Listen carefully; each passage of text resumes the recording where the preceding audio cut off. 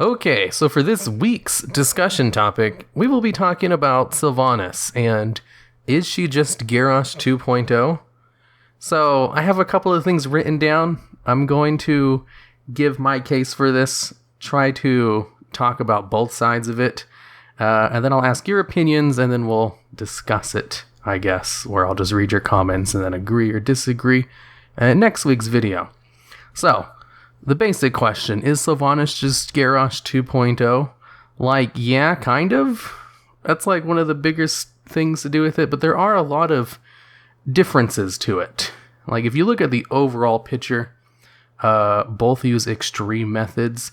Both, actually, you know what? Let me just go through this. Let me start off with their similarities. Both use extreme methods, and both use them gleefully. Garrosh was completely unabashed by his war crimes. Garrosh committed all kinds of war crimes and said he'd do it all again if he could. In the War Crimes novel, they go over a lot of the bad things Garrosh did, and at the end of the book, when he had his chance to defend his case, he basically just said, yeah, I did all that, I even did some more you guys never found out about, and I would do it all again if I could. He did not care. He wanted to do what he wanted. He was like comically evil in trying to accomplish his goal. Sylvanas does the same things. She's just more diplomatic about it. Both are warmongering and causing a rift within the Horde. Garrosh was an asshole to a lot of people. Should I say? Oh wait, this channel is ad-free. I can say cuss words here. Garrosh was an asshole and caused a rift in the Horde. And Sylvanas, she's not as abrasive as Garrosh, but she is also causing rifts. You know, here are the more similarities between them. Both are doing undeniably evil things. The only difference is Sylvanas has just always been this way. The only difference is that she's war chief now. Lots of people, every time she does something new in lore, I think, wow, that's awesome. I can't wait to see where this goes next. Everyone else is just saying, you know, morally gray, or wow, Sylvanas is just straight up evil now, isn't she? Like, yeah, that's the whole point of her character. But, you know, as the war chief, it comes under more scrutiny. She's doing it more out in the open. She used to be a lot more private about it. So, of course, if Sylvanas was put into the war chief position, these kinds of things aren't really surprising for her character, but they do make her seem like Garrosh because he was also a war chief who did undeniably evil things. So, that's what their similarities. Now let's go into some of the nuances of the difference of their characters, and why I think Sylvanas... I should also mention, I like Garrosh. I think he's a great villain, but I like Sylvanas too, and I think she's a great character. I don't really call her a villain, even though she kind of is. But, you know, she's like the protagonist of her story right now. There's still other things she can do. She's not fully evil, but she's like 90% there, where it doesn't really matter. So, that being said, here are some of their differences. Garrosh was an orc who hated Alliance characters because he wanted to rule over them and put orcs as the master race overall. Sylvanas, on the other hand, has justifiable reasons to hate the Alliance and doesn't argue for Forsaken supremacy. She would rather everyone be Forsaken, just because she is, but she's not arguing for it openly or, you know, putting down other races because they're not Forsaken. She just kind of wants that because she's in power, and it would be easier to control them if they were all Forsaken and they could see things from her point of view, or they didn't have, you know, the squishy human emotions that they have. She thinks it'd be a lot easier if they were Forsaken because they wouldn't have so much morals. But she doesn't argue that they're superior like Garrosh did. And, like, their reasons for hating the Alliance are also different. Garrosh was basically told Alliance was bad when he came over from Draenor. And he fought against them a lot in the war, Northrend campaign. Alliance were more than dicks enough to him for him to be justified. Varian was really rude to him a lot, but then again, so was Garrosh. I don't know. It seemed kind of contrived. He didn't really have a good reason to hate him, but he did. And basically because they were the enemy and they had things he didn't, so he wanted to kill them to take them. Sylvanas, on the other hand, she used to be part of the Alliance. She lost a fight. She lost a battle and she lost her life and she got raised as an undead. And then when she broke free from the Lich King's command and founded her own kingdom, she actually partnered with the Alliance in order to take back Lordaeron, in which case she immediately betrayed the guy and killed him and raised all their army as her own. But that was Garrosh, and Garrosh was a huge asshole and nobody liked him. He was also the reason Blood Elves are part of the Horde. Garrosh, like, if you were going to go back in time and, like, change one event in history to completely change everything, if you just, like, murdered Garrosh, Undead and Blood Elves would probably have completely different stories and lore. Because he just messed up so much. So yeah, he killed him, raised him. No one really cared about that. And then she went out to try to make allies with the remaining members of the Alliance. And all of her scouting parties were killed. None of them came back. Or the ones who did escape basically said they were being hunted down. So the Alliance weren't open to a dialogue with the undead, you know, for understandable reasons, because they just fought a huge war against them and they didn't think sentient undeads were possible that weren't part of the Lich King's army. So they probably thought it was a trap, or they just saw them as monsters and didn't even want to attempt a dialogue. So Sylvanas had very justifiable reasons for not trusting the Alliance after that. She wanted to make friends with them again. They didn't want to talk to her, though, and in fact, not only that, they actually organized hunting parties to kill the Forsaken, and that's where the Scarlet Crusade was born.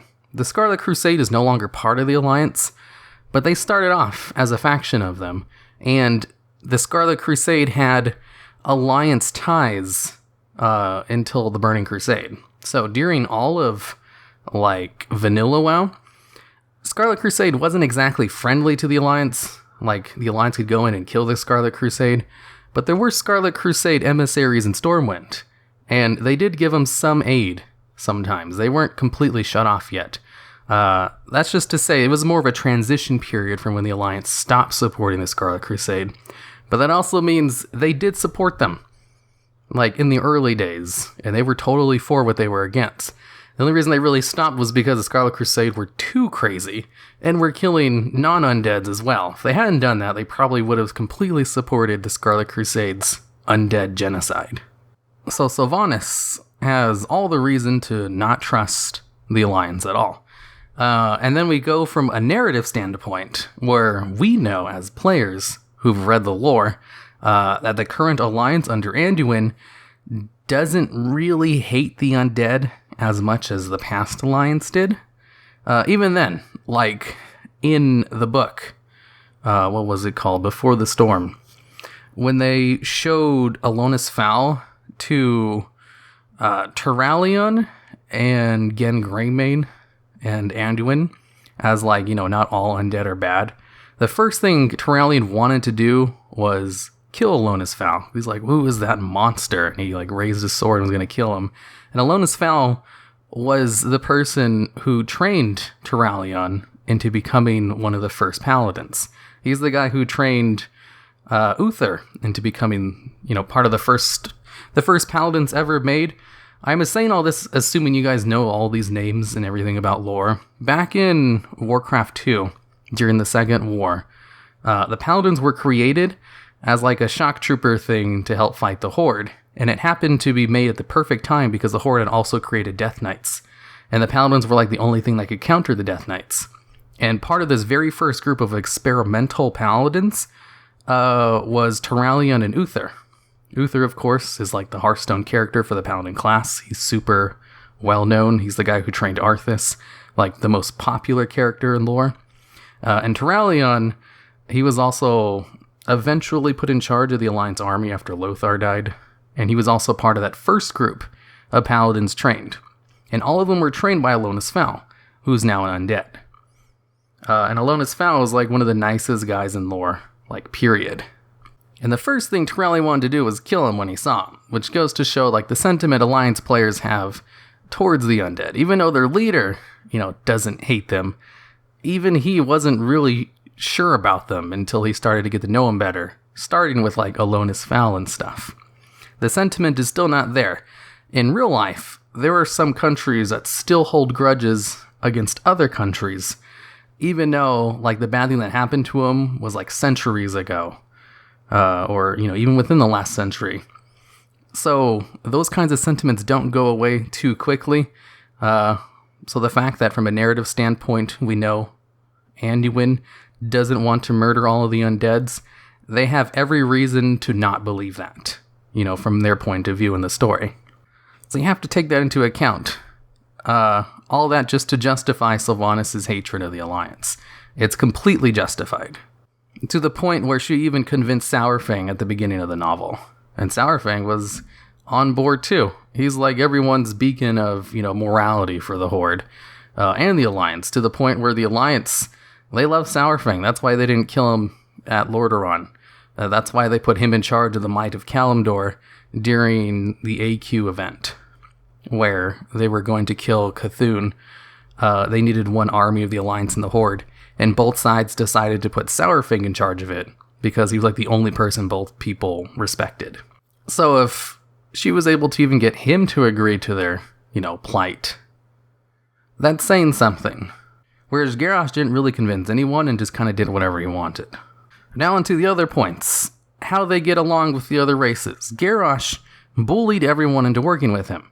He paid the goblins and liked their technology, but didn't really like them either. Garrosh only liked the orcs, and he only liked the goblins because of how useful they were, and loyal to money, which he had a lot of.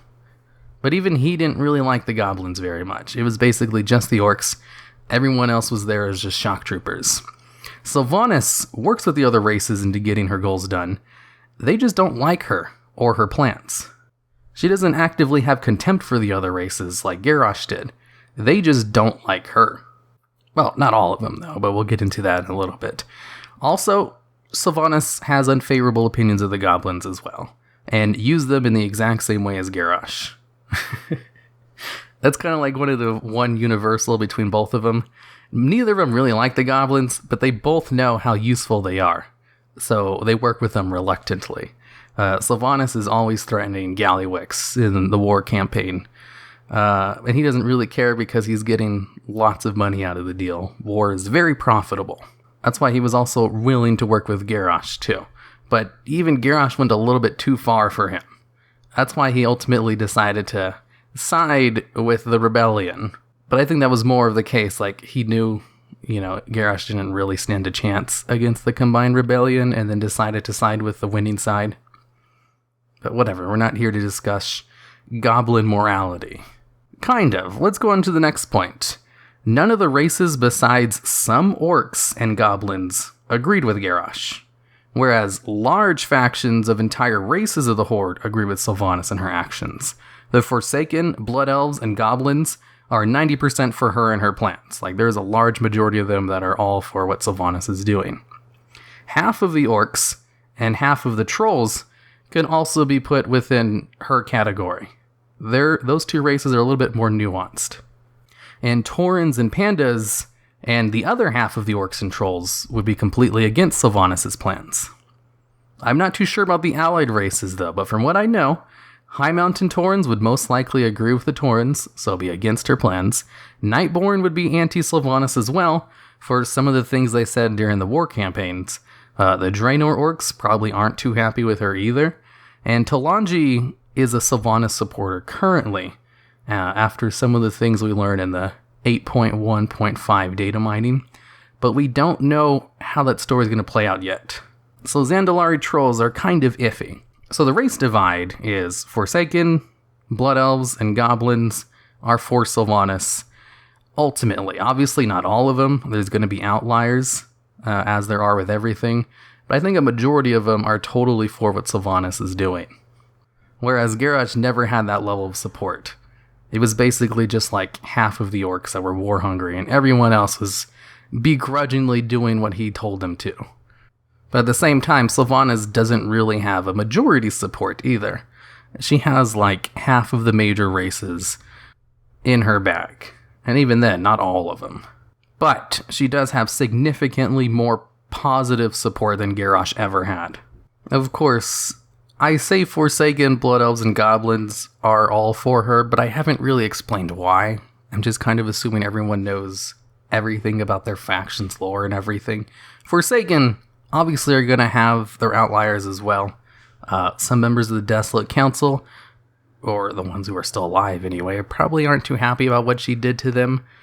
There's a couple of other really niche Forsaken who don't like what she's doing, kind of like Lillian Voss. She's basically helping her out so that things don't get too out of hand, which I thought was great for her character. Lillian Voss never officially joined the Forsaken at the end of the Forsaken starting zone. And when she all of a sudden was being a major part of the war campaign, everyone was very skeptical about why she was deciding to help out Sylvanas, and they gave her a lot of really good reasons for it. And then the whole thing with Zelling and Bane Bloodhoof, I don't know if I should really talk about that, since those are spoilers for the upcoming patch. But, outside of those outliers, a majority of the Forsaken love Sylvanas and are fanatically devoted to her, and they all share her sentiments and opinions, and they're all just as extreme. That's kind of like just how the Forsaken are. They just have a different set of morality than the other living races, as I like to call them.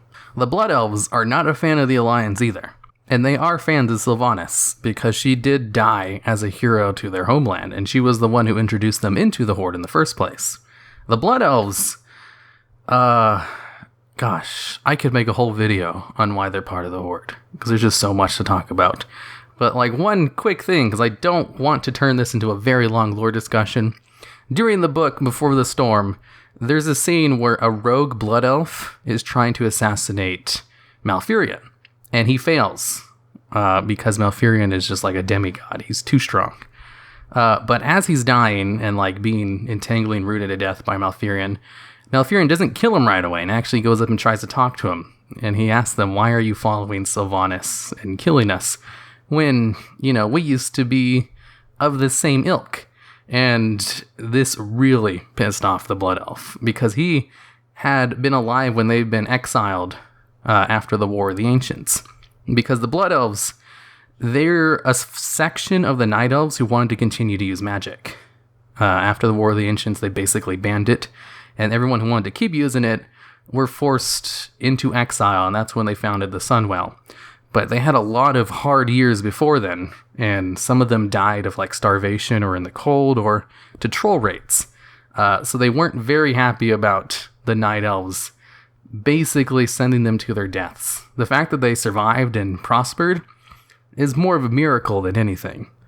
And even besides that point, there was so much other things that happened with Garrosh and the Purge of Dalaran that the Blood Elves are just hate the Alliance.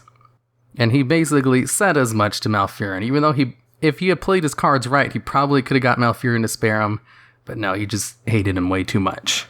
And that was a common sentiment among the Blood Elves. And the Goblins, their morality aligns more with the Forsaken. And they're also not a huge fan of the Alliance either, but they don't hate him as much as the Blood Elves do. They're a little bit more neutral, that's why they were neutral for so long, but also, like I said, their morality aligns more with Sylvanas, and they see lots of profit in this, and they don't really care about the bad things she does. Nowhere near as much as the more softer races, as the Forsaken would call them. So of course they'd be for Sylvanas, especially since she doesn't treat them like garbage like Garrosh did. That was one of the things he did wrong. Even though Garrosh was openly contempt for the goblins, a lot of them still worked for him, and that's because he paid them well. Sylvanas both pays them well, and treats them somewhat with respect. For as much respect as she can. She's kind of snippy with a lot of the races, but she's not as abrasive as Garrosh was, and that's really all they need to side with her. So if you're, an RPer, and you're a Forsaken, Blood Elf, or Goblin, your character should be for all what Sylvanas is doing. But that also reminds me of the trope in D&D, where lots of people who play the demon races are always that one special snowflake who doesn't agree with their demonic ways. So a majority of people who play like a demonic race, are good people out and adventuring in something, even though like 99% of their race is evil. That's just an interesting thought. But, on a whole, those races would definitely be for what Sylvanas is doing, whereas not really for what Garrosh was doing. Now, onto the Vol'jin assassination attempt versus the Sourfang assassination attempt. This is another big point of contention. In Mist of Pandaria, Vol'jin was almost assassinated by one of Garrosh's, assassinators, I guess. And recently, Sourfang was nearly killed by Sylvanas. The difference being, both of them weren't really all for what the war chief was doing. But, the fact of the matter is, both of the war chiefs ordered the execution of a high-ranking member in their horde. But then if you look at the situations a little bit more closely, Vol'jin was still an active member of the horde, and he was doing things for Garrosh when he was called to be assassinated. He was just openly against a lot of the things Garrosh said, and had at one point threatened to kill him. Sourfang, on the other hand, was in an Alliance prison at the time, and not in Horde hands, and there was reason to believe he was a traitor to the Horde, whereas that was not the case with Vol'jin. Well, not really. Vol'jin was just an outspoken person of Garrosh, and Garrosh had a lot of people like that killed. That's one of the reasons people didn't like Garrosh very much. Sylvanas knows there's outspoken contempt for her, but she doesn't go out and kill them. The reason Sourfang was ordered to be killed was because his actions, were traitorous, by the very definition of the word, despite how you might feel about the actions. He chose to die at Lordaeron and then was captured. And Sylvanas' spies know that he was talking to the Alliance. And since he's such a high-ranking member of the Horde, he has lots of secrets that the Alliance could use for an advantage, because information is how lots of wars are won. And there was also a chance for Sourfang to be freed, but he denied it, and that was the final nail in the coffin. He completely distanced himself from the Horde, and you can't just defect like that, especially if you were such a high-ranking member. So the fact that she ordered him to be killed, even then, in secret, I don't know if the fact that it was secret or not really matters, but there is a lot more justification for Sourfang's assassination than there was for Vol'jin's. But it's real easy to just say, oh, she's just copying Garrosh, when really it's a little bit more nuanced than that, but you're right. The fact of the matter is they both did order, a high-ranking Horde member to be killed. And then we have the whole thing with Bane Bloodhoof in the new patch, but that seems like spoiler territories, and that's not really final yet. So I'm not going to talk about it. I think this is enough. I think I've given enough points to both sides of the story. There's lots of similarities, but there's a reason people like Sylvanas a lot more than Garrosh. Because when Garrosh was doing all these things, everyone was looking forward to killing him. People would just kind of meme about Garrosh doing nothing wrong.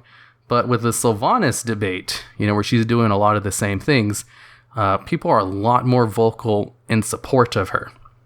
And in case you were wondering why, I think I outlined a lot of the reasons. Not all of them, of course. I could talk much longer on this. I kind of gave the cliff notes of everything. But if you remove all the nuance and just go with the straight overall facts, it does seem like she's doing exactly the same thing as Garrosh, and they're just recycling the story. If you add all the nuance in and all the histories to all the characters, it's a lot different. And I love this story, and I get excited every time I read new patch notes and everything. So, that being the case, what do you think? Do you think Sylvanas is just Garrosh 2.0, in the sense that they're copying his story exactly? Or do you think the story is completely different and people are just, ignorant to the lore or simply don't like it? Or is there another opinion? I mean, usually it just comes down to two sides. But usually when I make these kinds of videos, people will give really thoughtful comments, presenting like a third option I never even thought about. So I am interested to hear what you guys have, and creating the reaction video, not the reaction video, the response video next week.